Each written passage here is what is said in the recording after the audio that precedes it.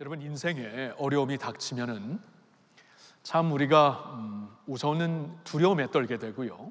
믿는 자들, 믿지 않는 자들을 막론하고 위기가 갑자기 닥치면은 두려울 수밖에 없습니다. 우리는 연약한 인간이기 때문이죠. 그리고 이제 질문을 하게 됩니다. 근본적인 질문을 하게 되죠. 왜냐하면 그동안 이 위기가 닥치기 전에는 그냥 우리가 지나갔던 우리의 인생이 아닙니까? 건강도 항상 건강했으니까 건강에 대한 이슈도 모르고 있다 갑자기 건강에 이상이 오면은 이제 어떡하나 생각을 하지, 그 전에는 건강했기 때문에 별로 생각을 안 하고 지나갑니다. 경제적으로도 이렇게 우리가 부족함이 없이 쭉 갈 때는 크게 생각 안 하고 열심히 일하고 살지만, 우리의 사업이 갑자기 힘들어진다던가, 그리고 일하는 데서 갑자기 또 일을 할 수 없는 상황이 되면은 우리는 그때 가서 이제 비로소 묻게 되죠. 이제 우리는 어떻게 살 것인가? 어떻게 이제 과연 다시 일어나게 될 것인가? 위기가 닥침으로 말미암아 근본적인 질문을 하게 됩니다. 팬데믹이 있기 전에는 여러분 100년 만에 온 세계적인 전염병 팬데믹이 아닙니까? 이런 게 항상 교과서에서만, 역사를 배울 때만 있었지 이것이 우리 생애에 터질 것이라고는 생각을 못 했잖아요. 그렇죠? 그러면서 이 팬데믹이 터지니까 이제 온 사회가 흔들리고 또 교회도 완전히 바뀌고, 이렇게 마스크 쓰고 예배하고 이렇게 뜸뜸하게 앉아서 디스턴스를 갖고, 거리를 갖고 앉아서 예배하고, 또 보통 우리가 즐겨 했던 이 여름이 되면 아까 장로님이 기도해 주셨지만 이 전국 청소년 SP 집회도 열고 굉장히 교회가 막 이제 뜨겁게 준비하고 기도할 때인데 전국에서 청소년이 모일 수 없게 된 그러한 상황이 아닙니까? 팬데믹이 없었을 때는 7월 말쯤 되면은 우리 교회에서 스피릿 파워 전국 청소년 집회를 여는 것은 당연한 것이에요. 생각 안 하고 우리가 했습니다. 근데 갑자기 이렇게 팬데믹이 덮치니까 이런 것을 또 할 수 있는 것인가? 그러면 우리 청소년들을 위해서 어떤 집회를 할 것인가? 이러한 새로운 질문을 하게 됩니다. 어려움 가운데서 우리는 근본적인 질문을 할 수밖에 없습니다. 오늘은 저는 여러분들과 함께 말씀을 통해서 이러한 근본적인 질문에 좀 하나님의 대답을 듣고 싶어요. 이런 어려움이 있을 때, 위기가 닥칠 때, 전혀 예상하지 않았던 시련이 우리에게 이제 우리 앞에 막 시련의 길이 열릴 때에 우리는 과연 어떻게 설 수 있습니까? 어떻게 살 수 있습니까? 무엇으로 인해 다시 일어날 수 있습니까? 그렇죠? 보통 때는 그냥 지나갔던 이슈들 이제는 물어봐야 됩니다. 앞으로 어떻게 해야 되죠? 교회는 어떻게 나가야 되죠? 우리 나라는 어떻게 됩니까? 우리 자녀들, 우리 학생들, 학교는 어떻게 될 것입니까? 또 외교는 어떻게 될 것이고, 무역은 어떻게 될 것이고, 저희 같은 경우에는 이제 부모님과 가족들이 다 미국에 있어요. 미국에 언제 또 갈지 모르겠어요, 솔직히. 지금 참 연로하신 또 몸이 힘드신 아버님도 계신데, 그래서 이럴 때 혹시나 돌아가시면 어떡하나, 이제 그런 인간적인 질문과 아픔도 있습니다. 자, 이런 가운데 우리가 어떻게 설 수 있는가? 무엇을 붙잡고 우리가 설 수 있는 것인가? 오늘 말씀에서 꼭 찾고 싶어요.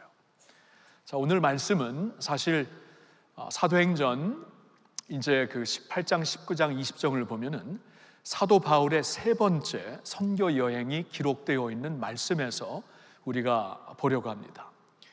이제 하나님께서 이제 초대교회를 이루시고 초대교회의 이제 성도들을 통하여서 특별히 이제 하나님께서 지명하시고 세우신 사도들을 통해서 이방 나라들에게, 이제 이스라엘 밖에 있는 나라들에게 복음을 전하기 시작하는 그러한 역사가, 초대교회의 선교 역사가 사도행전에 쓰여져 있지 않습니까? 근데 우리는 이제 제1 선교 여행, 제2 선교 여행까지 봤고, 오늘은 세 번째 갔던 선교 여행을 이제 보려고 하는데요. 이 세 번째 선교 여행은 한 면에서 굉장히 독특합니다. 첫 번째, 두 번째 선교 여행은 사도 바울과 그 팀이 여러 곳을 다니면서 여러 도성, 여러 지역들을 다니면서 복음을 전했고 교회를 세웠으며 또 제자들을 세우는 일을 우리가 볼 수 있었다면, 세 번째 선교 여행에는 소아시아에 있는 대표적인 도시 에베소라는 도시에서 2년 반 동안 머물면서 거의 다 에베소에서 이제 시간을 보낸 사도 바울의 세 번째 선교 여행을 볼 수가 있습니다. 그래서 이제 사도행전의 그 말씀 역사 기록을 보면은 에베소에 두란노라는 서원도 세워가지고 거기서 2년 동안 하루도 빠지지 않고 하나님의 말씀을 강론하며, 말씀을 강론했다는 것은 그 당시 이제 구약 성경이었지만 구약 성경을 통해 왜 예수가 그리스도인가를 쭉 이제 사람들에게 강론하며 말씀을 전했을 때 사람들이 어느 정도 이 말씀이 2년 동안 계속 강론이 되었는가, 소아시아 지역에 있는 모든 유대인들과 헬라인들이 말씀을 안 들은 사람이 없을 정도로 굉장히 흥왕한 말씀 사역을 펼치고 있었습니다. 자, 그런데 이 에베소서 떠날 때가 된 것이에요. 하나님께서 이제 에베소를 떠나라는 그 지시를 주시고 그 지시와 함께 사도 바울에게 이제 너가 예루살렘으로 돌아가야 되는데, 예루살렘으로 돌아가면은 작지 않은 시련이 너를 기다리고 있을 것이다. 큰 어려움이 너를 기다리고 있을 것이다 라는 경고까지 알려주십니다. 이제 그 말을 사도 바울이 듣고 이제 그 에베소 성도들과 같이 나눌 때에 성도들이 깜짝 놀라서, 아니 그러면 선생님이, 바울 선생님이 왜 꼭 예루살렘으로 가셔야 됩니까? 거기 가시면 어쩌면 목숨도 잃을 수 있는데 여기 남아서 계속 여기서 사역을 합시다라고 사도 바울을 붙잡았습니다.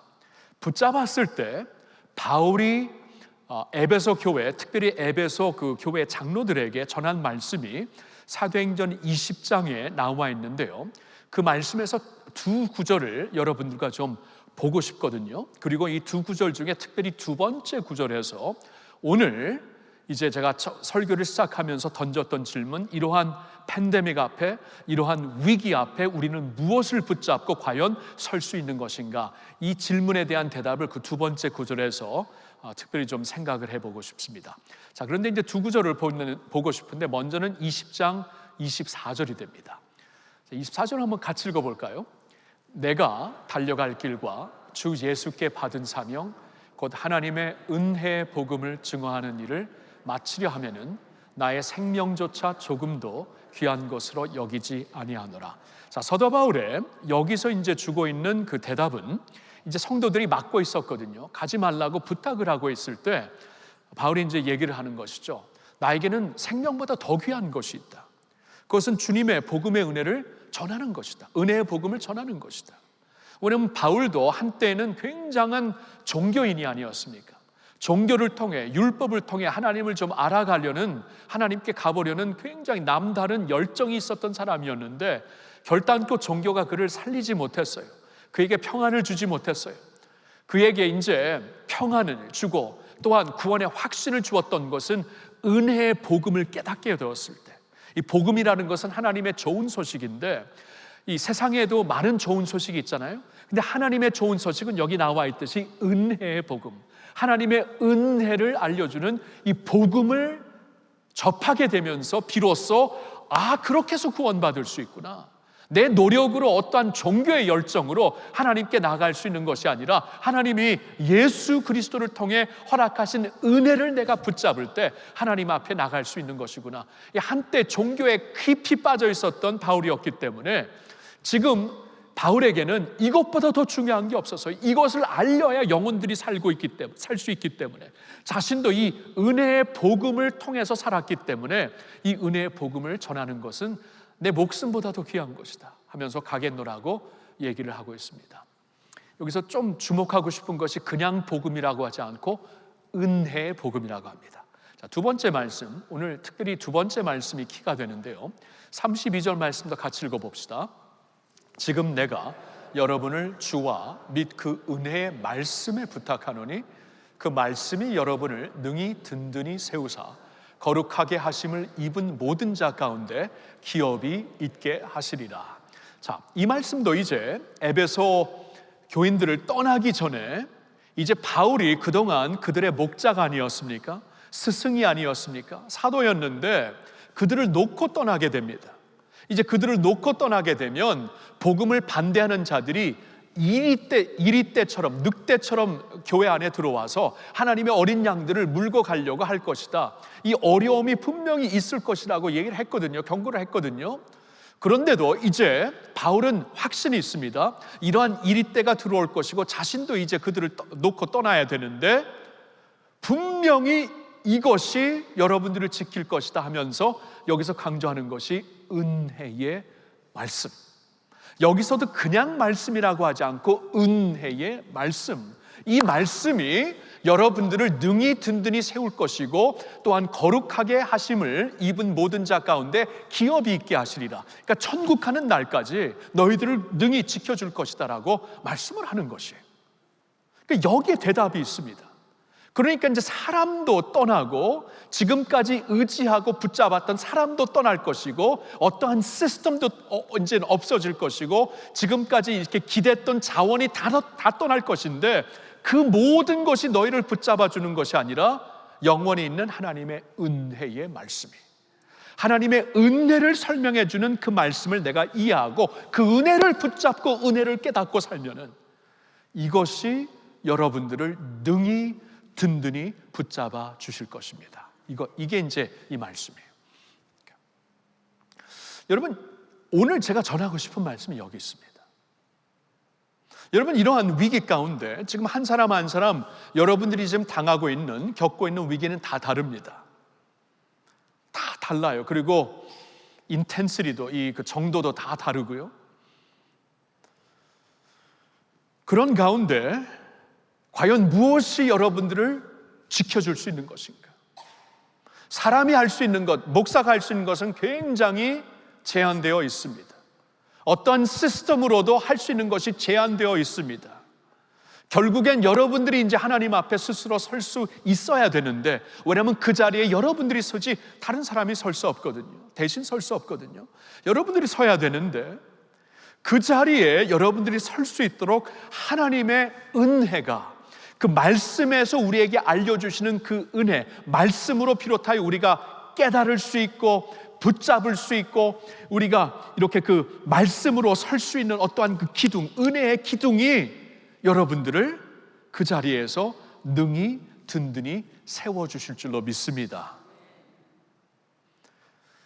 그래서 하나님의 말씀을 읽을 때 오늘 그래서 이제 이 두 구절을 본 이유가 그냥 복음이라고 아니하고 은혜의 복음, 그냥 말씀이라고 하지 않고 은혜의 말씀. 그게 무슨 뜻이냐면 우리가 알고 있는 복음은 은혜를 알려주는 복음이다.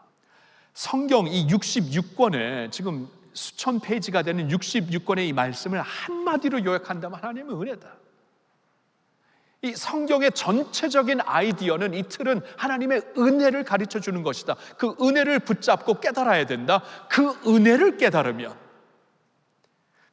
우리가 말씀을 그냥 읽을 수 있죠. 건성으로 읽을 수 있고 그냥 지적으로 읽을 수 있는데 이 말씀을 하나님의 은혜를 이해하며 이 안에 있는 은혜를 내가 먹으며 이 은혜를 붙잡으면서 말씀을 접할 때에 그 은혜가 결국에는 스스로 서야 됩니다. 그 자리에 여러분들이 서는 것이 대신 제가 설 수 없습니다. 그럼 그 은혜의 말씀이 여러분을 지켜주고 마지막 순간까지 보장하리라 말씀을 하시는 것이에요. 저는 그래서 이 하나님의 은혜의 말씀을 깨닫는 백성들의 모습은 어떠한 것인가? 그러니까 그러면 은혜로 서야 되는데 말씀을 통해 가르쳐 주시는, 그러면 그 은혜로 서는 백성들의, 하나님의 자녀들의 모습은 어떠한 모습인가? 이것을 이제 오늘 설교를 준비하면서 그 모습을 이제 여러분들과 나누고 싶었어요. 근데 이 모습을 이번 설교를 준비하면서 이렇게 전달하면 도움이 되겠다 하고 어떤 식으로 그 모습을 한번 정리를 했냐 하면은 이 하나님의 은혜를 알고 붙잡고 있는 사람들이 드릴 수 있는, 고백할 수 있는 신앙 고백, 은혜를 안 자들이 고백할 수 있는 신앙 고백은 무엇인가? 그것으로 한번 은혜를 아는 자들의 모습을 좀 설명하고 싶습니다. 첫 번째 고백은 이겁니다. 나는 사랑받고 있는 존재입니다. 우리 한번 같이 읽어볼까요? 나는 사랑받고 있는 존재입니다. 자, 하나님의 은혜를 말씀에서 깨닫고 이 은혜의 메시지를 획득한 자들의 고백은 항상 나는 사랑받고 있는 존재이구나, 이것을 깨닫는다는 거예요. 이것을 고백한다는 것이에요. 여러분, 은혜라는 단어는 문자 그대로 카리스라는 단어는 그 선물이라는 단어입니다. 선물 뜻이에요. 근데 이게 다른 선물이 아니라 하나님의 사랑을 거저주는 선물이에요. 하나님의 사랑을. 그러니까 보통 우리는 사랑을, 부모의 사랑이 조금 예외가 될 텐데 부모의 사랑은 빼놓고는 사실 조건적인 사랑이 많아요. 어느 정도 리턴이 있어야 우리가 사랑을 주죠. 그렇죠? 부모의 사랑도 좀 다르지만 100% 리턴 없이 퍼붓는 사랑은 극히 드뭅니다. 근데 하나님의 사랑, 하나님의 은혜가 무엇이냐 하면은 아무런 조건 없이 자원적으로 먼저 적극적으로 주시는 사랑이에요.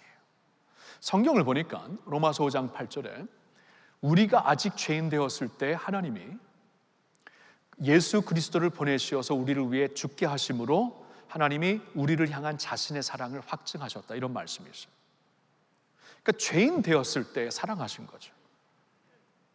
죄인 되었을 때라는 말이 무슨 뜻이냐 하면 죄에서 돌이키지 않았을 때, 아니 돌이킬 수가 없었을 때. 여러분, 죄가 죄인줄도 모르고 사는 사람들이 죄에서 돌이킬 수 있는 방법은 전혀 없습니다. 그렇죠? 성경을 보니까 모든 인간들이 죄 가운데 잉태되어 태어났다고 합니다. 그리고 세상의 모든 표준이 사실 하나님의 기준에서 떠난 죄라고 합니다. 태어날 때부터 죄 가운데 태어나고 세상의 모든 표준이 하나님을 떠난 죄인데, 여러분, 하나님의 영광을 떠난 것이 죄예요. 그 성경을 보니까 죄의 그 정의는 하나님의 영광을 다 떠났거든요. 하나님의 영광에 아무도 이루지 못했거든요. 그러니까 죄 가운데 잉태되어 어머니 뱃속에서 죄 가운데 태어나서 죄 표준 가운데 사는 사람들이 어떻게 그 죄에서 떠날 수 있겠어요? 처음부터 그 표준이 그 안에 있었는데 죄가 죄인지도 모릅니다. 근데 소망이 하나 있어요. 그게 뭐냐면 하나님께서 은혜를 베푸시는데 값없이 조건 없이 우리가 죄인 되었을 때 우리를 사랑하신다, 그렇게 말씀하셔요. 죄 가운데 태어나서 죄 표준 가운데 있다가 그냥 죄 가운데서 죽는 사람들인데 죄인 되었을 때 우리를 사랑하신다. 이게 은혜라는 것이에요. 요한복음 3장 16절에는 하나님이 세상을 이처럼 사랑하사 독생자를 주셨으니, 세상을 이처럼 사랑하사, 여러분, 세상 그렇게 사랑스러운 세상 아닙니다. 아름다운 세상, 좋은 것도 많이 있지만 하나님이 창조하셨기 때문에 여러분, 신문을 볼 때마다 지난주에 원로 목사님 그랬잖아요. 잘 자고 일어났는데 신문만 보면 가슴이 그냥 마음이 뒤집힌다고. 신문 첫 6페이지는 안 본다고. 그렇죠? 여러분, 신문 보면은 마음이 뒤집어져요. 어떻게 이런 일이 있을 수 있나? 어떻게 이런 일이? 우리가 객관적으로 봐도 사랑스러운 세상이 아닙니다. 근데 하나님은 놀라운 선언을 하세요. 하나님이 세상을 이처럼 사랑하사 조건을 안 붙이십니다. 조건이 없어요. 그냥 먼저 자원적으로 적극적으로 사랑한다, 그 말씀이에요. 그래서 예수님을 주신 것이에요. 하나님을 믿지 않는 가정에서 태어나서 어렸을 때 부모님과 함께, 할머님과 함께 우상을 섬겼던 그런 집에서 태어난 자입니다. 저 같은 사람에게는 이 말씀이 그냥 보통 들리지가 않아요. 왜냐하면 그냥 우상을 숭배하면서 사는 것이 마땅한 것으로 보았고 종교라고 보았고 그게 의라고 보았거든요. 근데 그러한 저희 가족을 사랑하세요. 저희 할머님은 75세 동안 우상 숭배를 아주 철저하게 섬기셨습니다. 할머님이 예수 믿게 되는 걸 보았을 때, 그 돌아가시면서 나 예수 믿고 주님과 함께 동행한다는 이 고백을 하시는 걸 들었을 때, 이건 어떻게 가능한 것인가? 75년을 우상을 섬겼던 할머님, 전혀 하나님에 대해 인정도 안 했던 가정이 이렇게 예수 믿고 구원받는 게 이게 어떻게 가능한 것인가? 딱 하나죠. 하나님이 세상을 사랑하시면서 조건 없이 사랑하시면서 이게 은혜라는 것이에요. 요한일서 4장 10절을 보겠습니다. 같이 읽을까요? 사랑은 여기 있으니 우리가 하나님을 사랑한 것이 아니요 하나님이 우리를 사랑하사 우리 죄를 속하기 위하여 화목제물로 그 아들을 보내셨음이니라. 사랑은 여기 있으니 우리가 하나님을 사랑한 거 아니에요. 사랑할 수도 없었어요. 하나님을 인정하지도 않았어요. 저희 같은 경우에는 하나님이 계신 인정도 안 했습니다. 우리가 하나님을 사랑한 것이 아니다. 하나님이 우리를 사랑하셨어요. 그 하나님이 우리를 죄를 씻어주시기 위하여 화목제물로 그 아들을 보내주셨어요. 아들을. 이게 사랑이라고 말씀하십니다. 와, 이런 사랑이 어떻게 가능한가? 그러니까 말씀에서 이 말도 안 되는 이 사랑을 하나님의 은혜로 계속 우리에게 알려주시고 있어요. 계속 알려주시고 있어요. 그러면 나는 사랑받고 있는 존재이구나. 하나님의 은혜를 알면은 이것을 우리가 고백할 수밖에 없는 것이에요. 예레미야 31장 3절을 보면은 내가 영원한 사랑으로 너를 사랑하기에, 영원한 사랑으로, 변하지 않는 사랑. 어제 사랑하고 오늘 사랑하지 아니하는 게 아니라 어제도 오늘도 내일도 영원한 사랑으로 내가 너를 사랑하기에. 오늘도 이 말씀 우리에게 주시는 말씀입니다. 하나님이 말씀하세요. 내가 너희를 영원한 사랑으로 사랑한다.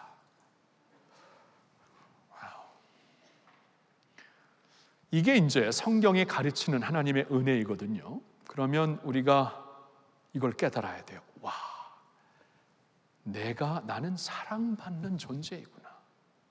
하나님이 나를 사랑하시는구나. 특별히 예수 믿고 구원받은 자들은 이제 당신의 아들을 주시어서 우리를 사신, 당신의 아들의 핏값으로 우리를 사신 구원하신 하나님이십니다. 나는 사랑받고 있는 존재이구나. 여러분 믿으십니까? 다시 한번 외쳐봅시다. 나는 사랑받는 존재입니다. 나는 사랑받는 존재입니다. 이 고백이 있어요. 이 고백이 있으면은 우리가 흔들리지 않습니다. 위기를 이겨낼 수가 있어요. 여러분 위기가 닥칠 때 무슨 생각이 우리를 스쳐가냐 하면은 하나님의 사랑이 이제 없나 보다. 하나님의 사랑이 이제 더 이상 하나님의 사랑을 받을 수 있는 자격이 없는 사람이구나. 하나님께서 자신의 사랑을 거두어 가신 것이구나. 그렇게 생각하기가 쉬워요. 내가 무엇을 잘못했길래 하나님께서 사랑을 거두어 가셨는가? 여러분 그것은 마귀가 주는 생각입니다. 왜냐하면 하나님의 성경에서 주시는 말씀이 아니기 때문입니다. 하나님의 말씀은 내가 너를 영원한 사랑으로 사랑한다. 그렇죠? 이 아픔과 어려움 속에서도 도리어 더 크게 사랑하세요. 아픔을 친히 체험하시려고 육신의 몸을 입고 오셨잖아요. 그래서 하나님은 그 아픔 속에 우리와 함께 계세요. 함께 계세요. 그 아픔을 아시는 하나님이 육신을 입고 오셨기 때문에 친히 하시는 분입니다. 그러면 아픔 가운데 더 큰 사랑으로, 더 뼈절한 사랑으로 우리와 함께 하신다는 것을 잊지 마시기를 축원합니다. 두 번째 고백, 은혜를 아는 자들의 고백은 나는 예수 안에 있는 새 피조물입니다. 나는 예수 안에 있는 새 피조물입니다. 이게 무슨 말이냐 하면은요, 하나님이 우리를 있는 모습 그대로 사랑하시는데 한 차원 더 나가셔서 그대로 사랑하시는 우리를 예수 안에서 구원하신 후에 예수님 안으로 우리를 옮겨주십니다. 예수님 안으로. 이 접목의 컨셉을 한번 생각해 보세요. 그 죽어가는 나무 가지를 이렇게 베가지고 막 살아있는 나무에 접목을 시키면은 살잖아요. 그렇죠? 그 살아있는 나무에 모든 생명력을 갖게 되고 모든 과실을 맺게 되잖아요. 그겁니다. 우리를 구원하시고 우리를 예수 안에 우리를 옮겨주십니다. 그래서 우리의 정체성을, 우리의 아이덴티티를 예수님의 정체성으로 하나가 되게 하십니다. 그래서 성경을 보면 기가 막힌 말씀들이 있어요. 무슨 말씀이 있냐 하면은 우리를 가리켜서 너는 의롭다고 하십니다. 나는 의롭다고. 그리고 내가 거룩하다고 말씀을 하세요. 이거 기가 막힌 말 아닙니까? 여러분 아무리 내가 예수를 믿고 오래 믿었어도 의롭게 느껴지세요, 자신이? 거룩하게 느껴지세요. 저는 참 괴로울 때가 많습니다. 왜냐하면 제가 제 안에 거룩하지 못한 모습을 발견할 때마다, 야, 네가 목사냐? 네가 목사냐? 성도들이 이렇게 바라보고 있고 사랑하고 있고 기도도 부탁하고 있는데 네가 무슨 목사냐? 왜 이렇게 끔찍한 생각이 들 때가, 왜냐하면 그게 현실이기 때문에, 제 모습이기 때문에 괴로워요. 괴로울 때가 한두 번이 아닙니다. 근데 성경은 기가 막힌 말씀을 하시고, 너는 거룩한 제사장이다, 너는 나의 의로운 사람이야, 의로운 아들이다, 이렇게 말씀을 하세요. 그게 왜 가능하냐 하면은 우리의 정체성을 예수의 정체성과 접목시켰기 때문에 그래요.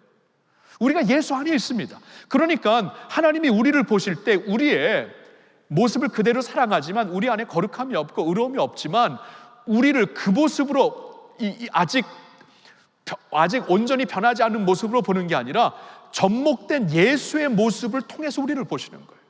그래서 놀라운 말씀이 있습니다. 고린도전서 1장 30절과 31절인데 우리 한번 같이 읽어볼까요? 너희는 하나님으로부터 나서 그리스도 예수 안에 있고 예수는 하나님으로부터 나와서 우리에게 지혜와 의로움과 거룩함과 구원함이 되셨으니 기록된 바 자랑하는 자는 주 안에서 자랑하라 함과 같게 하려 함이라. 놀라운 말씀에 30절을 보면은 너희는 하나님으로부터 나와서, 하나님이 우리를 창조하셨잖아요. 근데 창조를 받았지만 이제 우리가 죄악 가운데 있는데 우리를 구원하셨을 때 그리스도 예수 안에 있게 하셨다. 그러니까 죄인들을 구원하셔서 그리스도 예수 안에 있게 하셨다.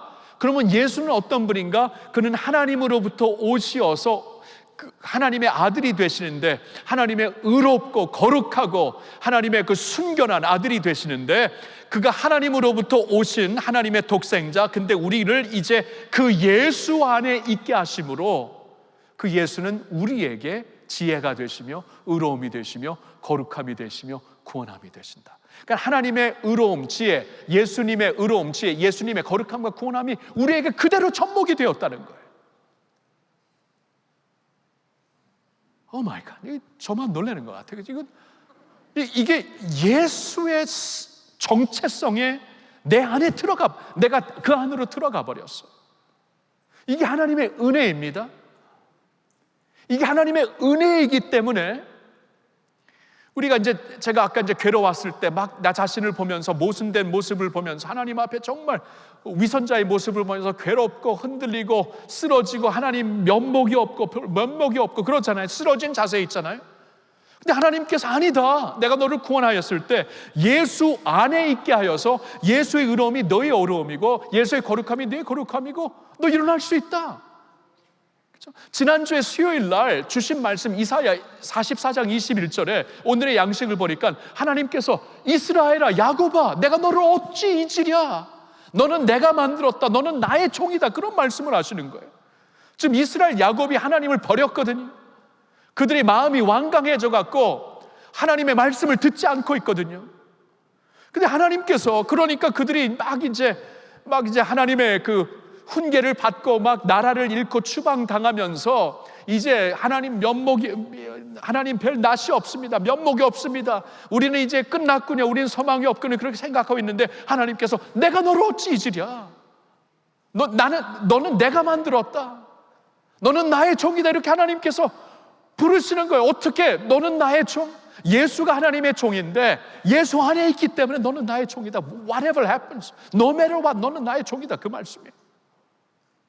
그러니까 다시 일어날 수 있죠. 오래전 영국 웨일즈에 오래전부터 내려오는 그 전설이 있습니다. 어느 한 동네에 너무나 그 양을 막 훔쳐가는 도둑들이 많아갖고 한번 이 본을 보이려고 언제 한번 다음에 잡힌 그 청년에게 이 불로 낙인을 이마에다 찍어갖고 ST sheep thief라고, 양 도둑질하는 도둑놈이라고, 이 평생 이 그 낙인과 함께 멸시를 받고 살라고 이제 본을 보이려고 그렇게 했어요. 그러면서 이제 청년에게 그런 일이 있었는데 그 일이 지나고 오랜 세월이 지났습니다. 오랜 세월이 지났는데 그 동네에, 그 마을에는 참 모든 사람들에게 존경을 받는 한 노인이 있었어요. 모든 사람들이 그를 볼 때마다 너무나 현명한 분이고 온유한 분이고 성격이 참 주님과 같은 분이고 그래서 다들 존경했는데 어느 날 어느 한 꼬마가 할아버지 손을 잡고 이렇게 길을 걷다가 그 노인을, 모두가 존경하는 노인을 만나게 됩니다. 그 순간 바람이 불면서 그의 머리가 날리며 그 이마가 노출이 되는데 ST라는 이 그 글자가 보여요. 아이가 깜짝 놀래고, 아니 저분, 저 할아버지 저분의 그 이마에 저 ST가 뭐예요? 그러니까 그 할아버지는 오래전부터 그 스토리를 알았거든요. 근데 그 할아버지는 손주에게 말을 합니다. 얘야, 저 ST는 세인트라는 뜻이다. 세인트라는 뜻. 세인트라는 성자의 약자가 ST가 아닙니까? 그렇죠? 이 sheep thief가, 이 양 도둑놈이 일평생 멸시받고 그 수치 가운데 살아야 되는 이 sheep thief가, 도둑놈이 어떻게 세인트로 변할 수가 있는 것인가? 어떻게 세인트가 모든 사람들이 인정하는 성자가 될 수 있는 것인가? 이게 예수 안에 접목되는 것. 왜냐하면 그 청년의 스토리가 그 어려움을 당한 다음에 예수를 믿게 되고 알게 되고 그 안에 들어가서 오랫동안 살다가 이렇게 사람들이 모두 다 인정하는 성자가 된 것이에요. 변화가 되어서 하나님의 성도가 되는 것이 아니라 하나님께서 이미 예수 안에 놓으셨기 때문에 거기서 변해서 성자가 되는 것이에요. 예수 밖에 있으면 소망이 없습니다. 예수 밖에 있으면 아무런 소망이 없어요. 근데 예수 안에 접목됐으니까 우리가 소망이 있고 하나님께 나아갈 수가 있는 것이고, 양 도둑놈이 성자로 변할 수가 있는 것입니다. 이게 우리 고백이에요. 이게 우리 모두의 고백이에요. 우리를 예수 안으로 인도하시어서 새로운 정체성을, 새 피조물로 우리를 만드시는구나. 이것을 깨달으면 설 수 있어요. 무너지지 않습니다. 낙인이 찍혔다고 무너지고, 그렇죠? 사람들이 왜 무너지는가 보니까 소망이 없으니까 무너지더라고요. 이만큼 버렸으니까 그냥 그 버려진 길로 가더라고요. 극단적으로도 가더라고요. 소망이 없으면 그렇게 돼요. 근데 우리가 예수 안에 옮겨진 자들로서 아무리 무너졌어도 그분이 무너지지 않았는데, 그분이 우리를 접목된 그분이 우리를 붙잡고 있는데, 그러면 그분 안에서 하나님께로 여전히 나갈 수가 있는 세인트가 아닌가? 그러면 무너질 필요가 없죠. 소망을 붙잡을 수가 있죠. 아멘입니까? 할렐루야. 그래서 이 은혜를 한 자들의 두 번째 고백은, 나는 예수 안에 나는 새로운 피조물입니다. 새로운 피조물. 이것을 깨달아야 돼요. 세 번째 고백은 이것입니다. 주의 긍휼하심은 끝이 없습니다. 주의 긍휼하심은 끝이 없습니다. 여러분, 은혜라는 것은 긍휼이에요. 하나님의 긍휼이에요. 근데 하나님의 긍휼이 끝이 없대요. 여러분, 이 메시지가 가장 드라마틱하게 전해지고 있는 성경책이 있습니다. 구약의 에가서예요. 에가서는 문자 그대로 애도를 표시하는 기도문이고 시입니다. 애도, 너무나 슬퍼가지고 울고 있는 시예요. 누가 썼는가? 눈물의 선지자 예레미야가 썼습니다. 예레미야는 어느 때 활동, 사역하신 분인가? 유대 백성들이 망했을 때 사역한 분이었습니다.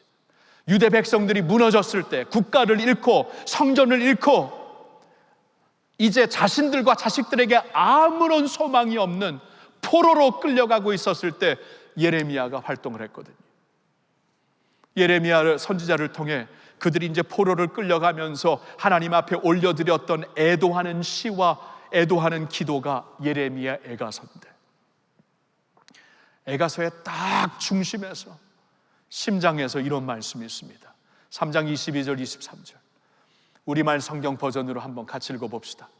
여호와의 인애하심이 끝이 없는 것은 그분의 긍휼하심이 끝이 없기 때문입니다. 그것들이 아침마다 새로우니 주의 신실하심이 큽니다. 하나님의 인애, 사랑이 끝이 없는 이유는 그분의 긍휼하심이 끝이 없기 때문이에요. 그분의 긍휼하심이 끝나는 법이 없기에, 이것이 아침마다 새롭기에 주의 신실하심이 큽니다. 에가서답지 않은 메시지가 딱 가운데 있습니다. 희열서죠. 에가서가 아니라 이거 완전히 바뀝니다. 이건 왜냐하면 하나님의 긍휼이 끝이 없기 때문에 그렇습니다. 시편 기자는 이 똑같은 이 컨셉을 시편 57편 10절에 다음과 같이 우리에게 말하고 있습니다. 같이 읽어볼까요? 무릇 주의 인자는 커서 하늘에 미치고 주의 진리는 궁창에 이르나이다. 주의 인자는 커서 하늘에 미치고 이 주님의 은혜에 대한 진리는 궁창의 우주에 이르나이다. 하늘에 미치고 우주의 궁창에 이르기 때문에 여러분, 이것이 우주 만물을 붙잡고 있다. 그러니까 우주 만물을 붙잡고 있는 법칙이 어떠한 물리학 법칙이 아니라 하나님께서는 하나님의 긍휼하심이 우주 만물을 붙잡고 있는 것이다, 이 말씀이에요. 우주까지, 궁창까지 이른다. 하나님께서 이 우주 만물을 자신의 긍휼함으로 붙잡고 계시지 아니하면 이 차디찬 우주가 터졌어도 금방 터져. 오래전에 터졌죠. 이 지구가 멸망했어도 오래전에 멸망했죠. 근데 이 지구를 그러면 여전히 살 수 있는 이 라이프 소스가 있는 이 우주를 무엇이 붙잡고 있는 것인가? 하나님의 우주의 법칙, 붙잡고 있는 법칙이 하나님의 긍휼하심입니다. 하나님의 인자하심이다, 이 말씀이에요. 그러니까 이 하나님의 인자하심은 우리의 죄가 아무리 많을지라도, 우리의 죄가 아무리 주홍 같을지라도 이 하나님의 인자하심을 어떻게 도말시킬 수 있겠어요? 어떻게 무효시킬 수 있겠어요? 우주의 은하수는 우주의 한 점과 같습니다. 근데 은하수 안의 지구는 한 점보다도 작아서 보이지도 않아요. 보이지도 않는 이 우주의 한 지구에 우리가 타락했을지언정, 우리가 죄를 지어서 하나님 앞에 정말 못된 사람들이 되었을지언정, 우주까지 이르는 하나님의 긍휼을 어찌 무효시킬 수 있겠어요? 점도 안 되는 이 우주, 이 지구에서 그 말씀을 하고 있는 거예요. 시편 기자가 어느 날 묵상하는 가운데 하나님이 그분의 긍휼하심은 무궁하시어서 이 하늘까지 이르고 이 궁창까지 이릅니다. 우주 만물을 덮고 있습니다. 그러니 나의 죄 흉악하나 어찌 그 은혜를 무효시킬 수 있겠는가? 그 말씀이에요. 여러분, 우리가 있잖아요, 우리 인생에 대해서 자신이 선언을 합니다. 이제는 끝났어, 이제는 소망이 없어. 이 정도면은 뭐냐면 이 애가서도 사실 소망이 끝났기 때문에 애가서를 쓴 것이에요. 그 백성들의 입장에서 하나님이 아무리 그 은혜를 베풀고 사랑을 베풀고 사랑을 먹고 살았어요. 하나님의 은혜를 먹고 살고 마시고 살고 DNA 안에 하나님의 사랑이 있었는데, 주님께서 정체성까지 주셨는데, 너희는 나에게 제사장 나라다, 거룩한 백성이다, 정체성까지 주셨는데, 근데 우상을 따랐어요. 하나님의 말씀에 완악하여서 귀를 기울이지 않았습니다. 마음을 열지 않았습니다. 그러면 무슨 소망이 있어요? 완전히 죽어가는 망아지를 데려다가 주인이 마음에 품고 사랑해주고 키우려고 해도 끝까지 망아지의 모습을 버리지 아니하면 어느 한순간에는 그냥 내놓아야 되는 게 당연한 게 아닙니까? 이스라엘 백성들이 그렇게 생각했을 거예요. 이제 지금 하나님께서 우리를 내버려 두신 것은 당연한 것이다. 당연한 것이다. 우리는 이렇게 형벌을 받아서 마땅한 사람들이다. 이제 모든 소망은 끝난 것이다 하면서 애도를 하고 있는데, 하나님께서 내 긍휼은 끝이 없다. 우주 만물까지 미치는 것이 나의 긍휼함이다, 나의 은혜다, 나의 사랑이다 말씀을 하시는 거예요. 그렇다면 끝이 아니지요. 그러니까 우리가 선언해서는 안 됩니다. 여러분들의 양심도 선언할 수 없어요. 마지막 선언은 하나님만 하시는데, 하나님의 마지막 선언은 긍휼은 끝이 없다. 내가 너를 여전히 사랑한다. 영원한 사랑으로 너를 사랑한다고 말씀을 하시는 줄로 믿습니다. 그의 긍휼하심 오늘 끝나지 않았어요. 오늘 끝나지 않았어요. It goes on. 우주에 이르기까지 It goes on. 긍휼함이 있으니까 우리가 사는 거죠. 그리고 마지막으로 이 하나님의 은혜를 아는 자들이 고백할 수 있는 것은 이게 결론입니다. 오늘 필요한 은혜도 찾을 수 있다는 것이에요. 오늘 필요한 은혜도 찾을 수 있다. 여러분, 어제 받은 은혜로 오늘을 살 수 없는 것은 어제는 어제 필요한 은혜를 받아서 살았어요. 어제 있었던 시련과 아픔을 감당할 수 있는 은혜를 어제 받았는데, 오늘 우리에게 주어진 시련은 달라요. 오늘 우리가 체험하고 있는 위기는 달라요. 그렇죠? 어제 은혜로 오늘을 살 수 없는 것인데, 설 수 없는 것인데, 그러면 하나님은 오늘 필요한 은혜를 우리에게 주시겠다고 말씀을 하십니다. 여러분, 성경에 하나님의 약속이 참 많죠. 너무나 다양하죠. 왜 그렇게 한 번 주시면은 한 번의 약속으로 만족할 텐데, 왜 이렇게 하나님은 여러 가지 표현으로, 여러 모형으로 다양하게 우리에게 약속을 주시는 것일까? 생각을 해보니까 우리가 겪는 시련과 위기가 다양하기 때문에, 다 다르기 때문에, 제가 겪고 있는 아픔이 여러분들이 겪고 있는 아픔과 다릅니다. 그래서 거기에 맞는 은혜가, 커스텀 메이드 된 은혜가 여러분들에게도 필요하고 저에게도 필요해요. 그렇죠? 그냥 하나 딱 만들어 놓고 이 은혜 안에 한번 다 들어가 봐라. 내가 지금 겪고 있는 아픔은 이 은혜 안에 피팅이 안 되는데요, 맞지가 않는데요, 하나님께서 커스텀 메이드 하십니다. 이때 이 은혜를 주고, 이때 이 은혜를 주고, 하나님께서 다양한 은혜를 우리에게 주시어서 우리로 하여금 오늘 필요한 은혜를 찾으라고 하나님께서 그러한 약속을 주신 줄로 믿습니다. 오래전에 전쟁에서 남편을 잃었던 한 젊은 과부의 이야기가 기억이 납니다. 그는 참 어린 나이에 결혼을 해서 어린 나이에 아기를 낳고, 지금 자녀가 아직 어린 자녀가 넷이나 있는데 남편이 전쟁에서 죽게 됩니다. 앞이 너무나 막막합니다. 나라도 망했습니다.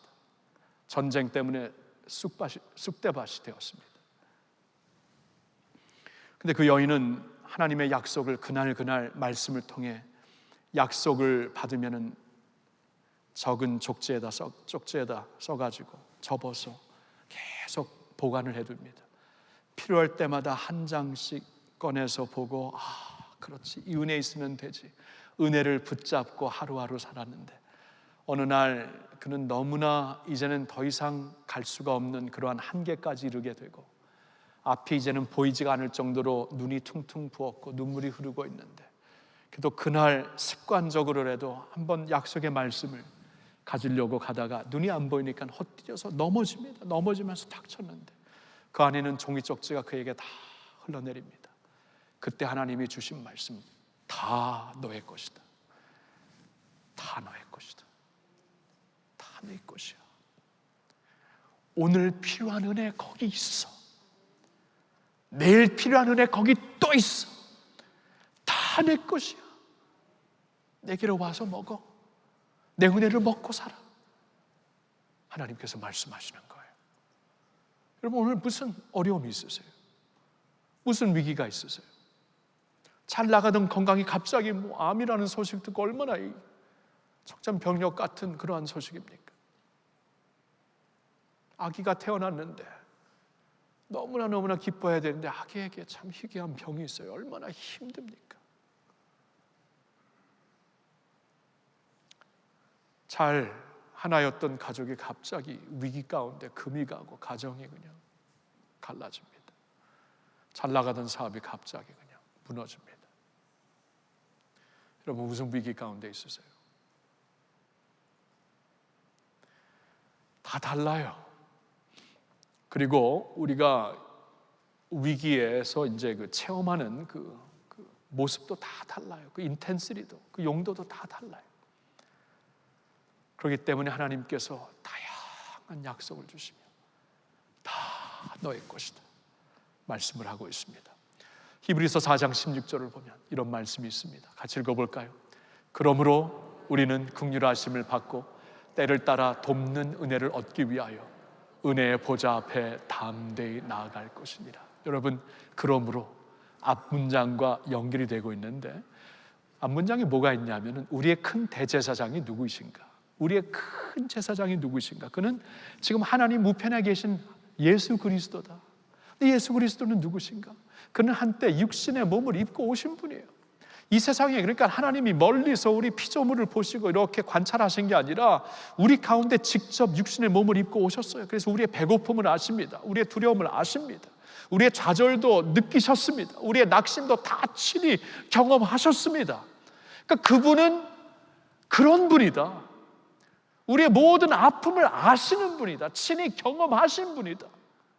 그러므로 우리는 그에게 긍휼하심을 받고 때를 따라 돕는 은혜를 얻기 위하여, 오늘도 필요한 은혜를 얻기 위하여 그분이 계신 은혜의 보좌 앞에 담대히 나아가자. 그냥 보좌가 아니에요. 은혜의 보좌예요. 은혜를 부어주시는 보좌입니다. 오늘 우리에게 꼭 필요한 은혜를 그냥 하나 만들어 놓고 다 여기 들어가 아니라 우리에게 꼭 필요한 이 커스텀 디자인을 해갖고 입혀주시는 분. 그래 앞으로 담대히 나아가자. 오늘도 필요한 은혜를 우리에게 주시어서 우리가 능히 든든히 설 수 있도록 인도하시는 우리 주님이 되시는 줄로 믿습니다. 이게 은혜의 메시지예요. 이게 은혜의 복음이고 이게 은혜의 말씀입니다. 이 은혜를 깨닫는 이상, 이 은혜를 알고 이 은혜를 붙잡는 이상, 저는 목사는 다 이해할 수도 없고 다 도울 수도 없고 여러분의 친구도 부모도 다 이해하고 도울 수 없는 아픔이 있을지라도 그 자리에 그분이 계시고 그분의 은혜가 있기 때문에 그 은혜를 붙잡고 설 수 있으실 줄로 믿습니다. 은혜로 승리하십시오. 할렐루야. 우리 시간 눈을 감고 우리 두 손을 같이 가볍게 들며 오 주님 채우소서, 주님 채워주소서. 이 찬양을 우리 같이 불러볼까요? 오 주님, 오 주님 채우소서. 나의 잔을 높이 듭니다.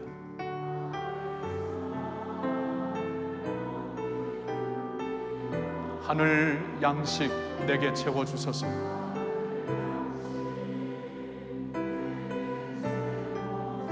넘치도록 채워주소서.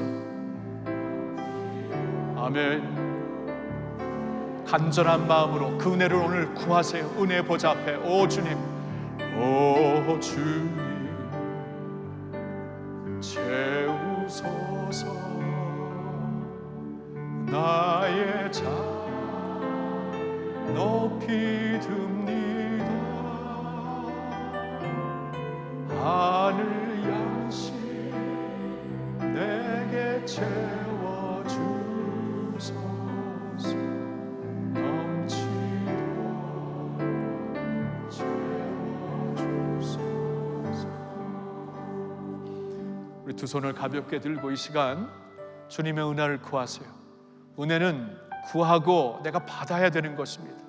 너희는 내게로 와서 먹되 돈도 없이 값도 없이 와서 먹고 살찌는 자들이 되라. 하나님께서 초대하고 있습니다.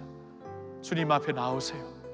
그 은혜의 보좌 앞으로 나오세요. 이 시간 여러분 결핍함, 부족함, 부서짐, 우리 하나님 앞에 다들 어린 양입니다. 어린 자녀들입니다. 다 부족해요. 어려워요. 힘듭니다. 힘든 것을 부끄러워하지 말고 하나님 주님의 은혜로 채워주시어서 그 은혜로 능히 든든히 서게 해주세요. 이 시간 우리 손을 가볍게 들고 우리의 모든 어려움, 아픔 주님께 올려드리며 주여 도와달라고, 주여 채워달라고 간구하겠습니다. 주여 외치고 기도합시다. 주여.